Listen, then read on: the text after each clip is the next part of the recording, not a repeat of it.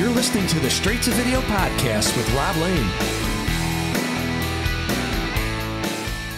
All right, what is happening? I seriously hope all is well, and thank you so much for checking out the Straight to Video podcast. On today's show, I talk with drummer Ritch Battersby of the bands the Wildhearts and Grand Theft Audio. I've previously spoken to both Ginger and CJ from the Wildhearts on this show in the past, who were both awesome, so it was great to check Ritch off the list and can confirm he was just as much fun and made for one of the most chilled and easygoing talks I've done on this show. We take things right back to the beginning when Ritch first started off playing the drums and the different bands and stages of his career, from his first punk concert through to being wowed by the drum theatrics of one Tommy Lee, before heading off on his own career through the Wildhearts, and also the resurrection of his band Grand Theft Audio, who are back after 2 decades with new material and a brand new song, Ici Mon Decree, which is out now. Before our chat, as always, a big rock and roll shout to the good folk of Dead Skull Coffee for their amazing continued support of this podcast. If uber fine rock and roll coffee is your thing, then grab yourself 15% off any of their products over at deadskullcoffee.co.uk.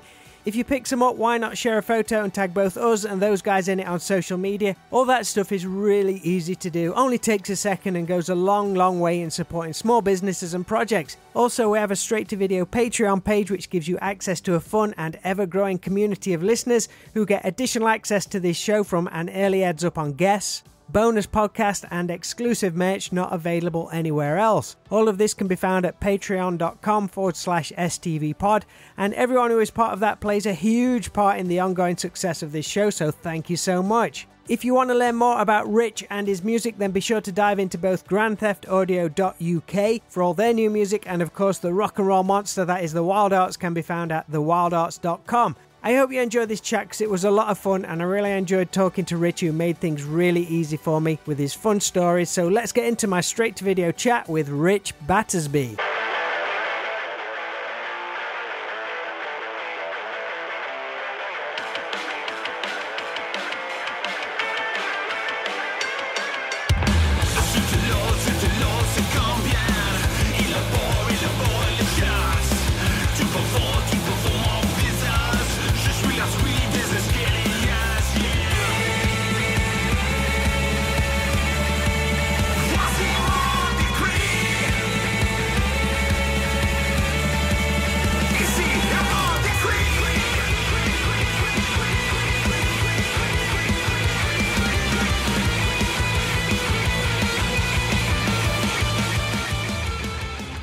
Hi. How's it going, mate? Yeah, all right. How are you? Yeah, good, tar. You got remnants of Halloween behind you? Yeah, there is. Yeah, all over the place. Yeah, probably leave it up till next year. Yeah, keep it all year round. Thanks for doing this and fitting it in. Thanks for having me, man. Thank you. No worries. Where are you off to later on? You off to South Shields? South Shields today, and then Inverness on Friday, which is a right bloody journey, isn't it? But I don't know if you heard, but CJ's got COVID. No, I'd not heard that. I saw he put a video up last night, but I'd not had a chance to watch it yet. Right, okay, yeah, he's got COVID, so luckily Chris Catalyst is able to stand in for us. And that's the man to call. Yeah. Whoever's missing, get Chris in. Yeah, that's right, yeah. Yeah, what a man. So the theme of the podcast, it kind of traces people's journey. Obviously, I want to get a bit of Wildhearts and obviously Grand Theft Audio because lots of stuff going off there. Yeah. But if we can trace things back a little bit and give people a bit of a history, that'd be awesome. And any kind of left field tangent you want to go on, we'll just roll with it. Right. How far back do you want to go? Oh, we're going right back. Right back to the very start. Yeah. Right. You're originally from Cannock, near Birmingham, right? I am from Cannock, near Birmingham, yeah. Do you have fond memories of that place, being a kid? Because you have an older brother as well. Was he like a big influence on the things you're into? Yeah, well, we were in a band together. I mean, we grew up listening to music together, and I mean, I got my first drum kit when I was 12, well, when I was 5, I should say. It was like one of those catalogue drum kits, you know, and we were just like into all the stuff that would be on top of the pops, like all the glammy stuff like T-Rex and Sweet and Slade, you know, Glitter Band. And we used to, I think the year that I got that drum kit for Christmas, we had a family party at our house and we decided to put a gig on. We were going to be like the Battersby Bros and we wrote it across my bass drum skin and everything. And he was on the bed with the kettle leads, you know, and we were just playing along to records and that. But yeah, that was like right at the very start. But there was always music around the family because my mum was from a family, she got like 5 sisters and 1 brother. And her youngest sister, when we used to go to my nan's, her youngest sister was into all of that kind of stuff. And there was always a record player there with all the records out and stuff for us to play and listen. It was one of those, remember that? You won't remember, you're not old enough. The old like 70s vinyl players. And there was the one with the arm and the big stick that you put the... Oh yeah, you'd set them up and one would drop after the other. That's right, yeah. And they used to buy the ones where, you know, the middles were popped out because they'd been on the jukebox. So you had to have that disc in the middle to play them. And they used to have that, but they didn't have the disc. So you put the record on, you'd have to try and center it to play properly. It'd be all over the place. And then if you had an LP, you had to take the lid off the... Oh, right. It was hanging over. The record player, because the 12-inch vinyl was bigger than the actual box of the record player. Yeah, just weird memories. But so, yeah, I mean, so we'd go there for holidays and stuff when my nan was looking after us. And we'd be, you know, listening, going through all of her records and stuff and listening to stuff. And then one year, that same auntie had just started dating this guy who was in a band, and he played drums, he sang, he played the organ, keyboards. And so this one day we turned up at my nan's just to have another day of like, oh, what we're going to do, you know, being there the whole day with nothing to do. Shit telly all day and nothing on. Yeah. So there was a drum kit set up in the front room. There was a great big bag of percussion, and there was a... Did it have like a glow around it? Like, ah! Absolutely, yeah. I mean, we just couldn't believe it. And then there was this great big electric organ in the back room, just a huge thing with like, that was on wheels. And I think the base of it was the speaker. And then there was 2 layers of keys. And then it had all the, you know, all the little switches that used to do all the different like samba beats and quick steps. I mean, we just like walked into just like the best musical playground that, you know, you could imagine. Like a spaceship had landed in the house or something.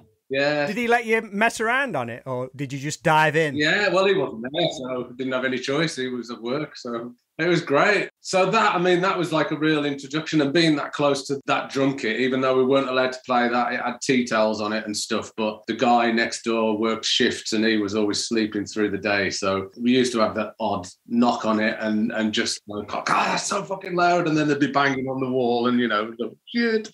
That was always going on. And then also that same auntie was into ballroom dancing, and my brother was into ballroom dancing. So Saturday nights, I would get dragged down to the Aquarius ballroom in Hensford, where there'd be a band on, a live band playing all the quick steps and foxtrot and stuff. And so I would just be there with me colouring book, you know, just like, oh God, this is boring. And like, I'm not having anything to do with that ballroom dancing stuff. But, you know, the band would always be, I'd be really intrigued, and I'd be like I remember clocking the drummer and just watching it and just thinking, yeah, I'm digging that kind of thing. When you first start getting into music and like the whole band scenario, I think any band situation is interesting to you, whether it's hard rock or anything. It's like just seeing a band perform is like magnetic. It was for me. I was like, any kind of music, just seeing how the band operates, I'm interested. Yeah, absolutely. And then the uncle whose gear was at my nan's house, his band would play there sometimes. So then we would go down early, and then we'd be allowed to see them setting up and everything and hang out and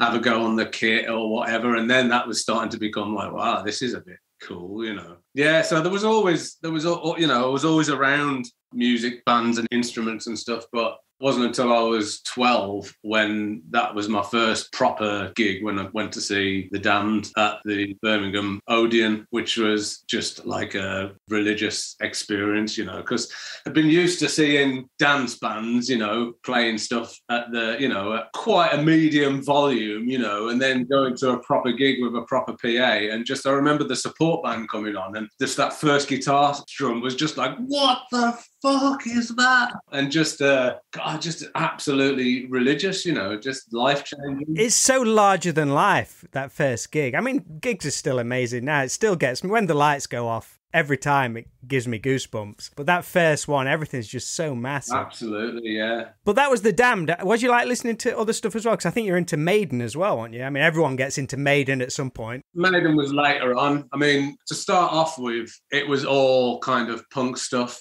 So it would have been The Damned, Stiff Little Fingers, I must have seen 5 or 6 times within, like, you know, those first early years of going to gigs. Angelic Upstarts, you know, quite punky stuff, you know, and stuff like that. Where was you hearing that stuff though, Rich? Was you, because I mean, that's not stuff you'd see on Top of the Pops as such. There would have been, there was like a record store in Cannock that we used to hang out in, you know, and nothing to do on Saturday. So go and hang out, look through the same vinyl and everything. And the guy in there would be playing, you know, if you asked him, he'd put it on. And, you know, I guess how everybody used to access the music in those days, you know. It wouldn't be mates like taping stuff because we didn't have any mates that was into that. They were all our mates were kind of a bit more into the rock. They were like into Kiss and Rush and, you know, that kind of stuff, which even though I remember like listening to it and trying to give it a go at the time, it was just like, I ain't doing it for me, you know. It's like, I prefer the, you know, the angrier kind of punk vibe was better. I think I was a little bit reluctant. I was a little bit scared off as well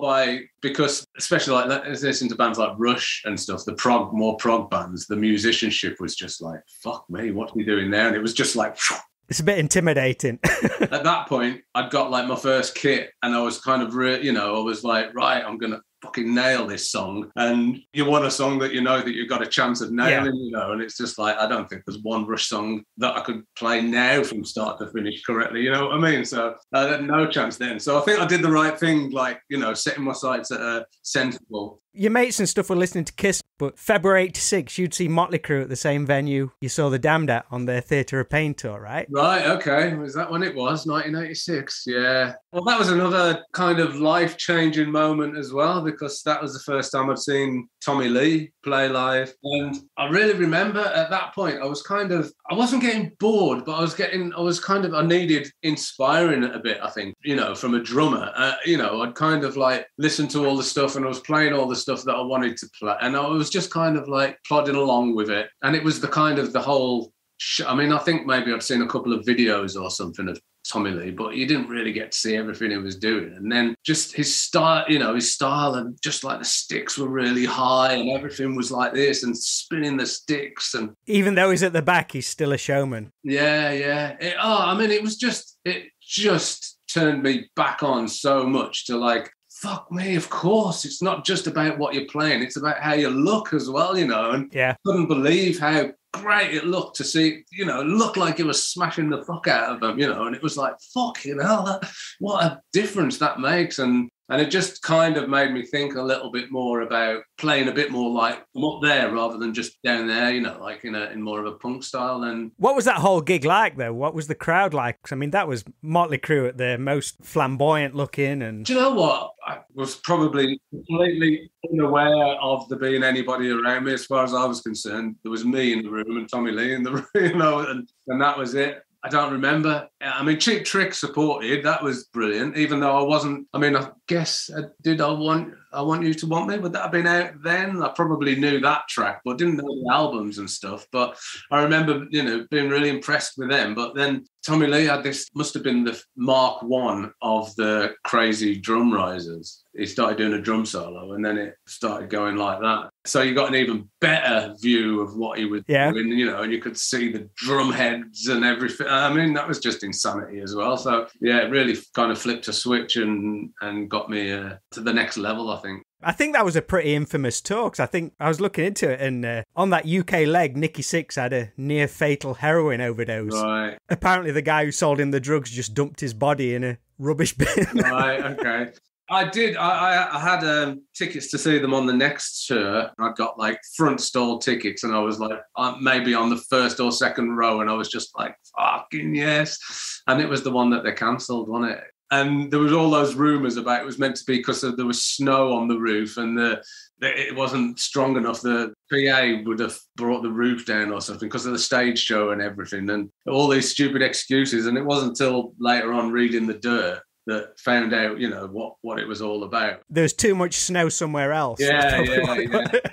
Yeah, enjoyed reading that book, actually. That was a good book. Couldn't put it down once I'd started it. What was the first band you either put together or auditioned for when you started to, like, seriously get into playing drums? Because was it the following year in 87 you began playing with Radio Moscow? Had you been playing with a lot of bands before that? Before that, I'd literally been in a band with my brother and his best mate from school. That was like the very first playing together, trying to write our own stuff and work on our own material and stuff. And we did a few shitty little gigs with that. Like our first ever gig was, I grew up on at a fire station. It was like a residential fire station. And we managed to talk them into letting us get all the fire engines out of the garage and then set up this gig in the garage. They let us do it and everything. We had this friend who was actually a big Kiss fan. Him and his brother were big Kiss fans, and they were in bands as well. And they'd said, oh, yeah, we're into lighting. We're into stage lighting. So if you do this gig, we'll bring down some lights for you. And we were like, right, we've been telling all the firemen and all the families, like, oh, we've got this big gig. I mean, we're only 12 and 13 kind of thing. So selling pretend tickets and everything for it, thinking that it was going to be this like big stage show and everything. And of course, he turns up and he's got like a couple of torches and a fucking table lamp with a red bulb in it with like a Frankenstein mask over the top of it or something. We're just... Oh, shit. No Motley Crue drum riser on that one. Yeah, so that was the first gig with that band. The band was called Nuclear Device. And then we did a gig at school, in the school dinner time, in the school hall. And by that point, we'd got a few more songs together, and we were starting to get a bit of a but with the Kiss influence from Aid, the guitarist, my brother, and we decided, whilst I'm doing a drum solo, my brother and Aid are going to have a pretend fight on stage with the guitars and stuff. And Where did that come from? We've been to the joke shop and we bought like all these smoke bombs, remember the little smoke bombs that you could light them, and then, that was as close as you could get to like Kiss's stage show. So we had, I don't know, I was doing this. Well, I was doing this drum solo. I think we'd spent so long organising like what we were going to do with the pyros and stuff, choreographing their fight, that I'd actually forgotten that I was going to be doing a drum solo. So we got to that point and I was just like, hang on a second, I haven't even thought what I'm going to do. So I was just stuck there just like, shit. And they're pretending, and they have blood capsules as well in there. They put blood capsules in, so they've got the Gene Simmons thing going on. Like, I mean, to us, it was just like, it was the best thing ever. I mean, I really wish that there would have been footage of that. Well, maybe not. Maybe it's a good thing. Yeah, it's probably better in your head than it actually was. So, yeah. So that band, and then there were different lineup changes, and that fizzled out. And then me and my brother formed another band called Majesty, which was more, the songs were kind of, this would have been the Iron Maiden point. So, the stuff we did, Iron Maiden covers, and the stuff was also, our stuff sounded like Maiden. We were all wearing leg warmers and boxing boots and stuff, And yeah, so that band did that for a couple of years. And then I think I was jamming with a couple of guys, wasn't really serious, didn't have like a full lineup, didn't have a singer, but I think those guys knew the drummer of Radio Moscow, and it was those guys, even though what we were doing sounded quite promising and would have been good, they were kind of like, well, there's this gig going that Carl's going to America and Radio Moscow are going to be looking for a drummer, and even though what we're doing is great here and we should tell you about it, because if you go for the gig you're probably going to get it, kind of thing. So I was just like, all right, okay, a nice one. So yeah, and that was my into Radio Moscow. That must have felt like a big step up though, because that was the band that had Brian Tatler from Diamond Head, right? Yeah, I felt a bit out of my depth, out of my comfort zone. Which is a good thing sometimes. Yeah. I mean, it was so the right thing to do. And I think for any young musician, you should always push yourself and put yourself into, uncomfortable positions, playing with people, like that. If you can find people and play with them who have been playing longer than you, more experienced than you, then it's obviously a good thing, isn't it? Even if it falls flat on its face and you screw it up, you learn from it. Of course, yeah, of course. So yeah, for me, that was a ridiculous step up. It went from, just doing, what gigs were we playing? Really small local shows, and then to rehearsing at the local youth club or whatever. And then this band, it was managed by the guy who managed Diamond Head, and he'd got like this cardboard factory. So he used to drive into the cardboard factory in the car park, walk through past a load of cardboard boxes and stuff, and then walk through these double doors, and you walked into this fucking huge recording studio, and it was just like, whoa. And that was where Brian spent his days, just like working on stuff. So this studio, it had like a huge live room and then a big control room. Wow. And that was his to use, 24 hours a day. So he'd been there working on the Radio Moscow stuff with Carl Wilcox, the drummer who was also from Canuck.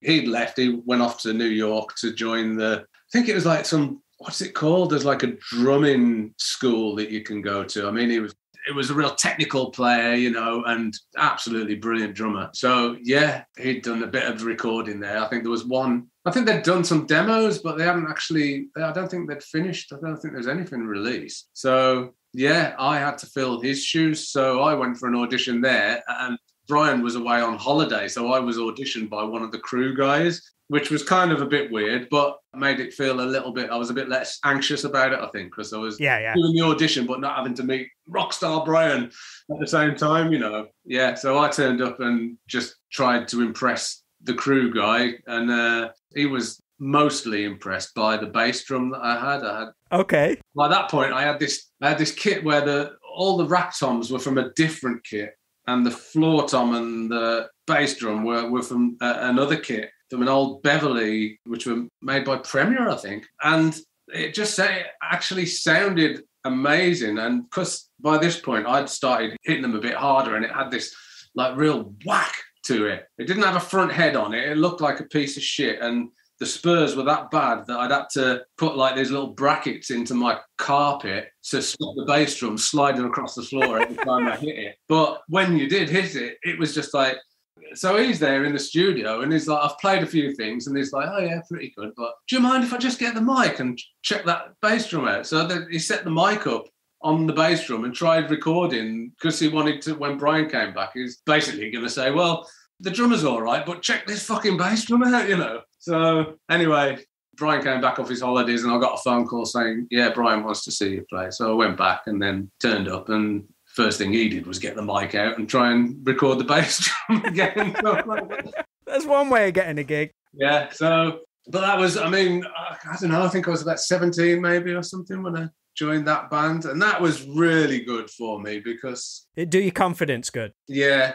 And it was completely different. I've been used to playing whatever I wanted in the music, So I was playing kind of Clive Burr style. He was my hero at the time, I suppose. Playing all that Maiden stuff. So when I joined Radio Moscow, it was a lot more structured. I think a lot of the stuff had been like programmed drums. And I think Brian was really into Def Leppard and the big Mutt Lang programmed drum sound and all that kind of stuff. So, and I guess the Diamond Head stuff was kind of in that vein as well, it was very, very minimal. So he got a sound of how he wanted the drums to be, whoever the drummer ended up being. So I had to kind of start playing to suit the song kind of thing. That's sometimes good as well, moulding you a little bit and pulling you back. It was brilliant. It was brilliant for me because then it made me think more about, then I had to think about what I was going to leave out rather than what I was going to put in. Yeah, you're thinking about the whole band sound rather than just what you're doing. Yeah. I remember like we did a few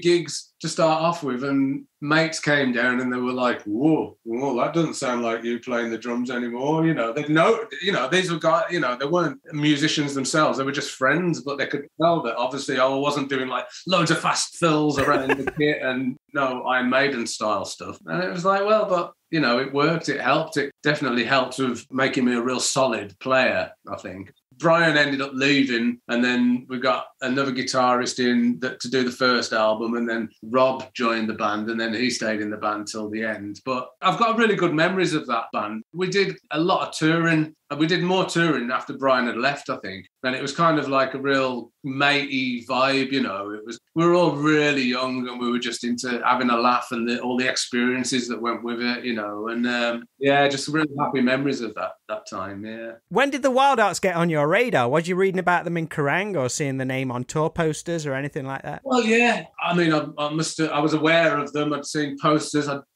really don't think I'd heard anything by them, but at that studio, at the Radio Moscow studio, there'd been crew guys that came and went, and people that had worked there, people that had helped Brian out there, people that had worked around the studio with other bands, people that had come and gone. So people that I'd met there was a guy called Big Shirt, who's no longer with us, but God rest his soul. Absolutely lovely guy. And I'd phoned him the one day. I think I was at that point with the Radio Moscow thing, and I was kind of needed to do the next thing. He was working with a band called Obituary, I think, in America. And because he got like all those contacts and stuff, I was at the point where I was thinking, well, I'm even going to move to America if I have to, if there's a band in America that are looking for someone that he knows of. You were totally driven at that point. Yeah. Just like, I've got to do this. And he was like, there's this band called the Wildhearts that are, looking for a drummer. It might just be the perfect gig for you. So I was like, right, okay. And then I just got hold of whatever records they'd already released. I think it was Mondo Akimbo and Don't Be Happy. What did it remind you of? What did the Wildhearts remind me of? Nothing you'd heard before.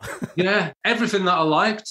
But yeah, all together in one thing. I mean, it had the punk elements. It had the rock elements, and it had the riffs, and it had the choruses, and it had the melodies, and it kind of had like the Stiff Little Fingers melody kind of vibe going on, and it had like the Metallica riffs and stuff going on, and the arrangements were just fucking mental. I just remember Turning American was the very first song I heard, and just the intro, the build-up was like, fucking hell, this is good. This is going somewhere, isn't it? This better go somewhere after this intro. I just remember thinking, God, this is perfect. This is so perfect for my playing, and I love the sound of it. You had to get that gig. Get that gig, yes. I'm going to break the knuckles of whoever else auditions. Everybody else, yeah. But it was such an easy transition because Shirt worked for them. Boomer, who was the bass tech for them, I knew Boomer. Gary, who I knew as well, was their manager. Big Mick, who's Metallica's sound engineer, I knew him, and he was like co-managing and doing the sound. I mean, I knew pretty much everyone that worked for him. The only people I didn't know was the band themselves. Was it just Danny and CJ you auditioned with? That's kind of the same as the Radio Moscow thing. You don't get to meet the main man. Yeah, same again, yeah. God, I hadn't even thought of that. Yeah, just Danny and CJ were there, and we just jammed a few songs and got on. I remember again having that thing, like the rock star thing, like what are these guys going to be like? Are they going to be like coming from a completely different place to me, and I'm just not going to get it? Are they much older than you, or are you all similar ages? No, me and CJ are the same age. Danny 3 years younger, I think. It's weird how you have them preconceived ideas of people. Of course, you do, don't you? Because you've put people like that on the pedestal, but really they're just normal, like they've just done everything we've done, and gone through the same shit. And so I was just so relieved that they were just like normal, down-to-earth guys, and lovely, easy to get on with, and a good laugh. And it was like, blimey, that's the next step. So there's just this ginger guy now I've got to impress, and I'm in. Did you impress him? I must have done, because I got the gig. So yeah, I think the most impressive part was the fact that they were playing one of the songs that like they'd got the arrangement wrong or something, so I had to correct them. And I was like, hang on, I don't know if you've decided to play like this, but it's not like this on the record. And they were like, oh no, well, we're doing it wrong. So I think that impressed them the most. Shit. Earthverse of the Wildhearts were already in the bag, but didn't you get to record the drums for Caffeine Bomb? Yes, I did, yeah. Well, there you go. That was that was my first recording session with the band, and the producer was Simon Effermy, who I also knew from the Radio Moscow days. So, that was real easy situation to go into. Check out this bass drum. Yeah, I don't really remember being scared or nervous because I was so focused in those days, because that was, obviously no family, nothing else to think about. It was literally, I just lived drums. So I didn't have any worries about like not being able to play the parts or anything, and just went in and and nailed it and just really enjoyed it because the songs were so great as well. I mean, learning those songs.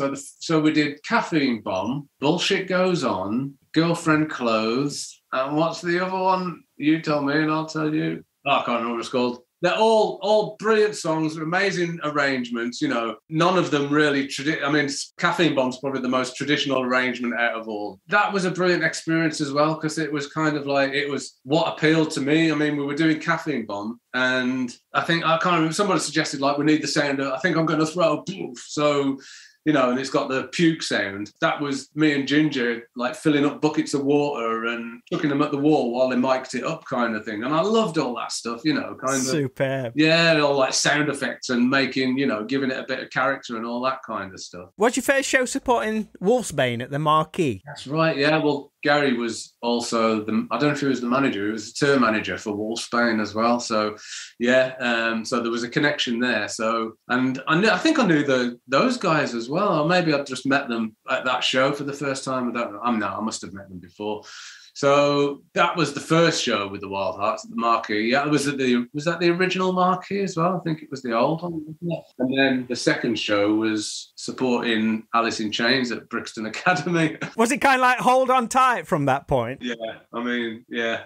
Just like, wow, this is amazing. This is so cool. So skipping forward a little to the late 90s and the formation of Grand Theft Audio, who were once again back after over 20 years, I think. That probably seems nuts to say that. What was that whole dynamic like compared to the Wildhearts? I would imagine it was kind of like a fresh start in all ways, both sonically, creatively, and totally different characters in the band. Yeah, I mean, it was quite a long-winded... It was never a band to start off with anyway. It kind of originated from the Endless Nameless album, working with Ralph and forming a really good friendship with Ralph, like fucking around with sounds and making all those big distorted drum sounds and, you know, the wonderful sound of that album that all our fans love so much.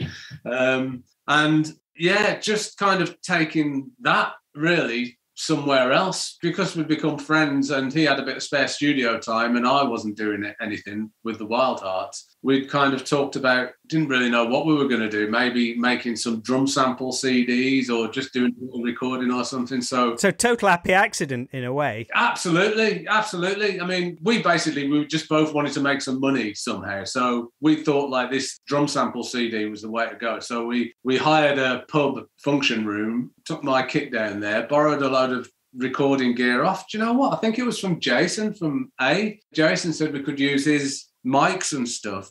I think we got there, set the kit up and realised I hadn't got a drum tuning key. So we'd only got the room for like 2 hours or something. And they didn't have any pliers there. And I had to fucking leg it up the road to find a music shop. And I managed to get a drum kit. And we were left with about like 25 minutes to record. So I just fucking played as much shit as I possibly could. And Ralph was like, yeah, it sounds great. Keep going. And we got just as much, just like different beats and fills and stuff. And then we kind of took it back to my house. And Ralph had got a sampler and an MPC, which is like a sequencer that you kind of use to trigger all the different sounds and put them all in order. And so I'd never used any of this gear before. This was all new to me. And we just, between us, started putting, right, that's a good fill. Let's put that fill after that beat. And as we were doing it, instead of making this drum CD thing we were meant to do, we ended up, Ralph had kind of like a big sound library as well. And it was like, oh, what if we put that sound on there? And what if we put that on there? And then we ended up borrowing a keyboard from someone and we put a few. And before we knew it, we were kind of creating songs, you know, and that just slowly morphed into, this is turning into what needs to be a live band. We actually got a publishing deal before. It was still me and Ralph at the time, just so basically on the strength of the tracks that we'd done using the drums that we recorded and his sound sample library and us fucking about with sounds and plugging things in and making squeaky noises and clicks and pops and stuff. And then Jason had come down and sung on one of the songs, and I think we'd used some samples for some other of the songs. And just on the strength of that, we ended up getting a publishing deal with Universal, which was enough money to buy enough gear to be able to do some proper recording and to set up just a little studio where we could have all the gear set up and make a racket. And because at the time it was all in my front room and I was sharing a flat with 3 other people and they weren't over keen with they were cool about it, but you know. So yeah, I mean, so that publishing deal just tied us over for another year or something to be able to set up the studio, get some real song ideas together. That was when it really started turning into, right, okay, we're going to need to get somebody to sing on this. And that was when we approached Jay about singing for us. He heard some of the stuff and really liked it and came on board. And then I guess 3 Colours Red was still a thing whilst me and Ralph were doing it, and then Jay became involved. Then 3 Colours Red split up, so it was an obvious choice. Chris, come and join this fucking band. And then by that point, we'd got a manager. Alex was really good friends with this music lawyer in New York who'd got his fingers in all the pies, and we'd got a bit of interest from a few labels in America. The next thing we knew, they were flying over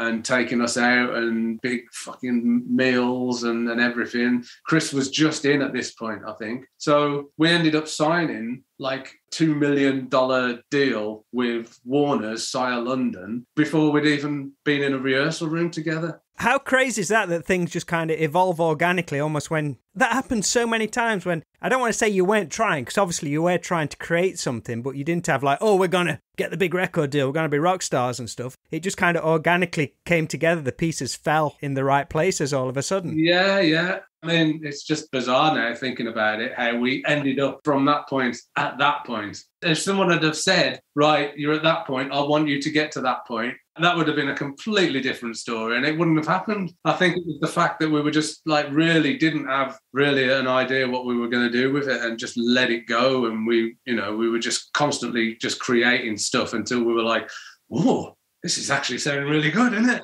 You did quite a lot of stuff in the USA. Had the Wildhearts spent much time over there, or had it just been like select shows? Yeah, I say a $2 million record deal. It sounds like, wow, you must be fucking loaded. But all of that money went on. We were basically out there for the best part of 2 years, touring, supporting other bands. It's like Warp Tour as well, you did, didn't you? Yeah, we did shows on the Warp Tour, which was amazing. And I mean, it really felt like it was going to go off, it was going to, this is going to be massive. And everyone at the label was telling us that, oh, you guys are going to be so rich, this is going to be so big. But I think this story's happened so many times with so many bands, and basically staff that worked when we were signed at the label, the people that kind of signed us and the close people working with it closely and everything, people move within the industry and get different jobs and everything. So by the time the album was finished and came out, I think the main people who were going to be marketing it and pushing it moved on to other jobs. So by the time it came out, we were left with new people that didn't really get what we were doing. They weren't part of the signing thing in the first place. And it kind of all just lost everything that it kind of had in the first place. And I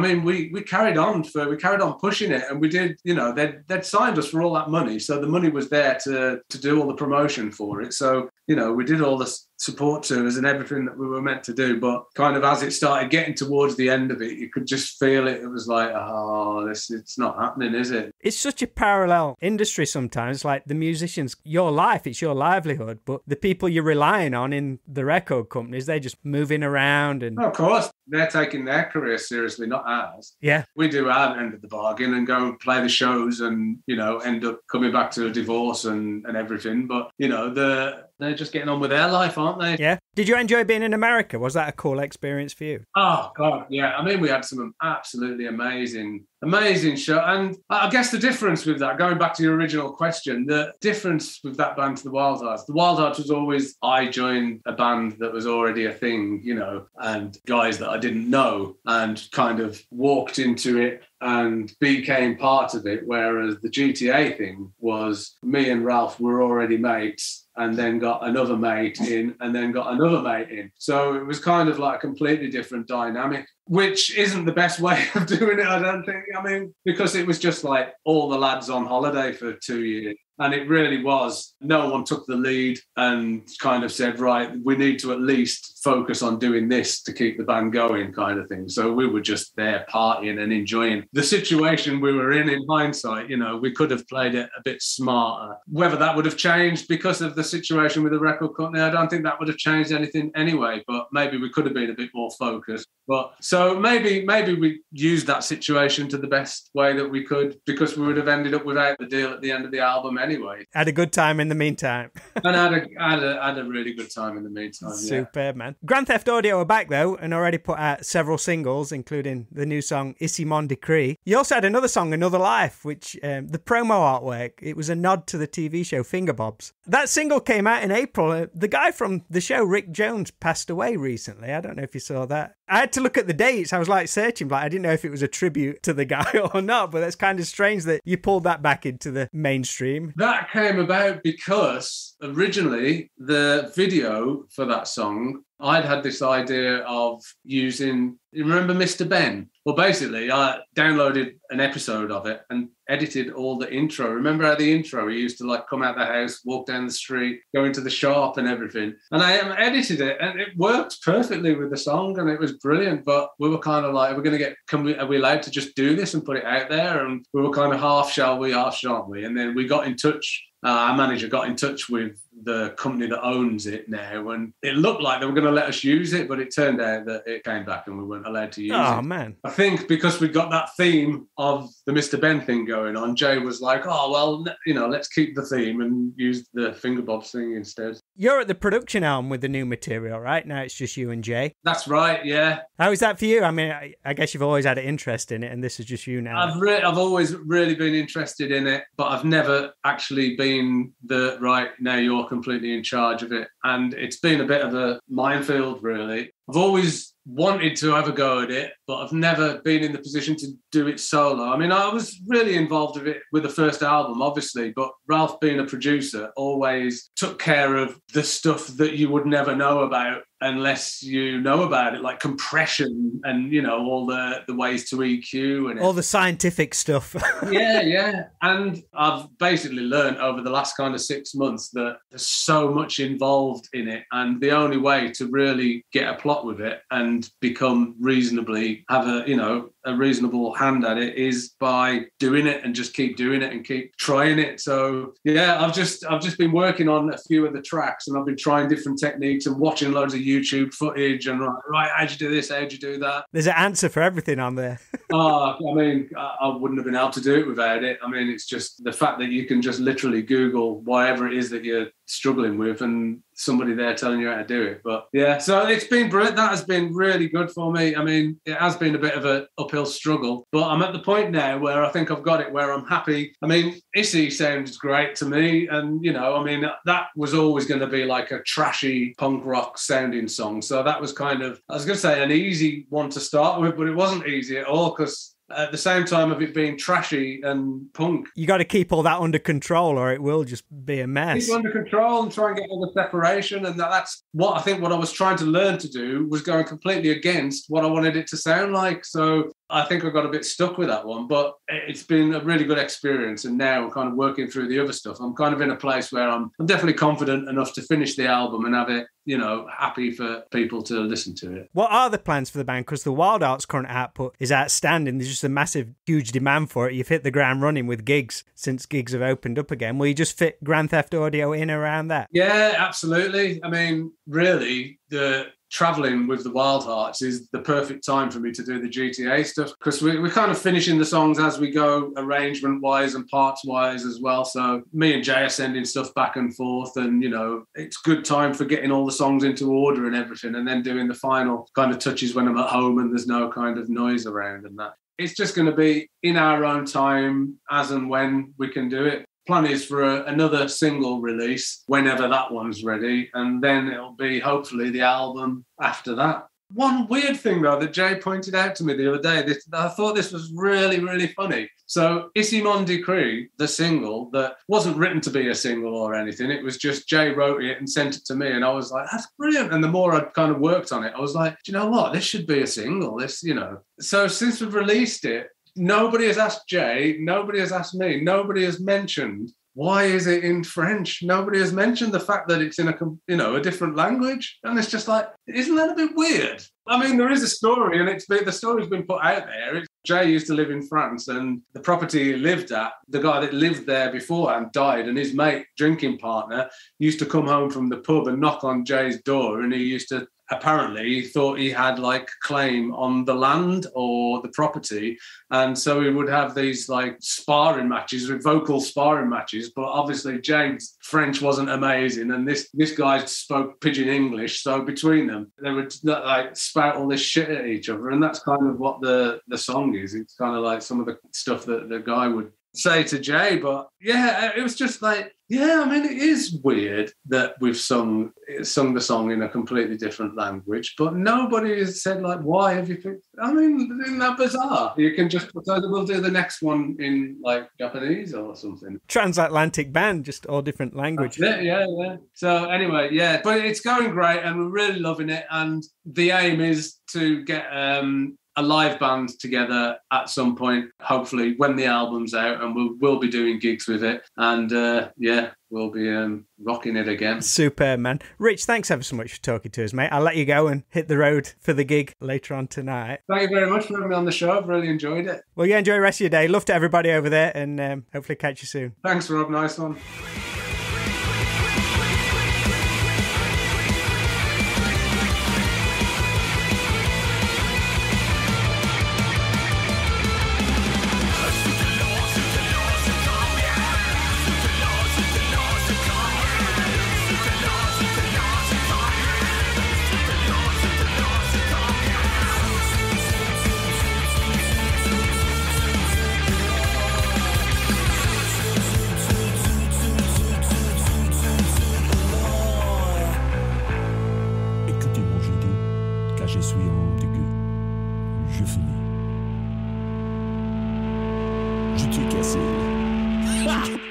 Big thanks to Ritch Battersby for sitting down and chatting with me here on the Straight to Video podcast. Top bloke, and I loved hearing all about his journey. Don't forget his band Grand Theft Audio are churning out some great in-your-face rock anthems over at grandtheftaudio.uk, and for all the up-to-date info on the Wildhearts, then they're at simplythewildhearts.com. Everything straight to video, including 140 more episodes of this show, are all available for free on your favourite podcast platform or by simply visiting stvpod.com, where you can find all the straight to video music and videos too. And whilst you're there, why not pick up a t-shirt or baseball cap and help the continued growth of this show? It really is a lot of fun to do, and with your support I can continue to do it regularly and get the word out to more people. It's you guys that make this thing tick, so thank you so much. Alright, that is all for this episode. Thanks again to Ritch Battersby for chatting and making it a fun one, and to you lot for listening. So until we do it again, be sure to look after yourselves, and we'll speak again real soon.